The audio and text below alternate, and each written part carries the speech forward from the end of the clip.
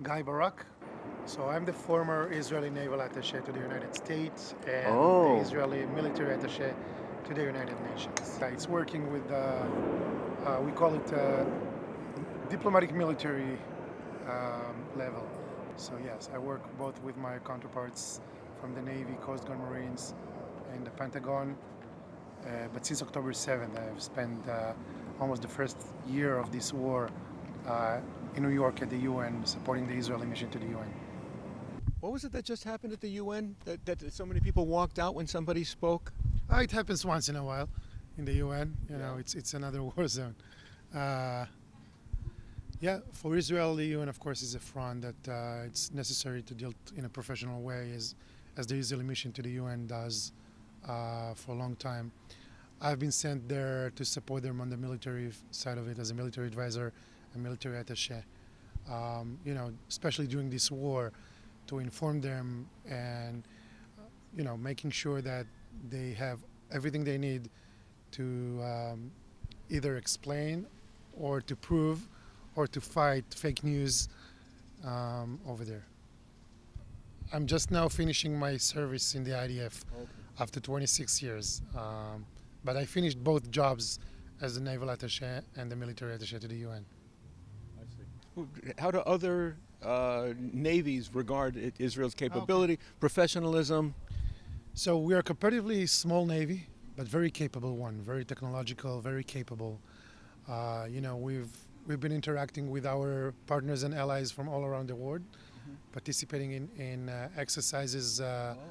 overseas in many cases, and operating wherever it's necessary to defend our country and our people. I can tell you that when we work hand in hand with our counterparts, including of course the U.S. Navy, it's a strong partnership. It goes away for either training and operational.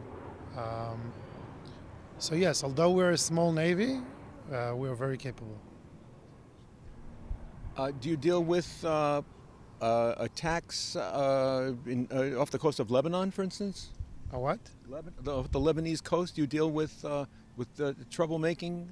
Uh, I we, mean, d- not making trouble, but defending against troublesome. we keep our borders and we deal wherever it's necessary, either in front of our shores or in any other place around the globe that needed to be there to be present or to operate in order to protect Israel.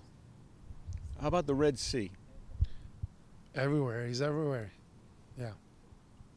And, do you have passage through these areas? Well, where can you go above the water? We can be wherever it's necessary to defend Israel. So, wherever it's necessary to operate in order to defend our people and country, we will be there. What about overseas for, like you mentioned, we talked about Holland, and I said it's not a Navy situation, but it's an IDF, maybe IDF situation, that Israeli police had to come to Holland to save Israeli fans of a soccer game. Yeah, but I didn't deal with it, so I can't tell you too much about it. But I guess it's part of our core values of taking care of our people wherever it needed, whenever it needed. So as it goes to the IDF, it goes to the all the other defense services of Israel. This is part of our main obligation to our people, and this is why Israel is always and will be the life insurance for the Jewish people around the world. Well, as a sanctuary to maybe to come to Israel, but how about to save Jews who are in threat around the world? This is also part of the Israeli defense agencies, different agencies, I would say. You saw it in many cases around the world, um, and it continued to be what we hope to be a safe place for Jews around the world. Yeah. Is there any interaction between you and other navies on a collaborative, rules of the sea? Yes, we do collaborate with other navies, with other partners and allies. Um, as I mentioned, not just for exercises or educational, but also for operational needs. And we worked very closely with our allies at sea, at the air, and on the ground. And now you're representing, are you here on behalf of the IDF? Friends of the IDF? So I'm here as an I.D.F. officer representing with the Friends of the I.D.F., trying to expose the meaningful impact that FIDF has on us, on the soldiers of the I.D.F.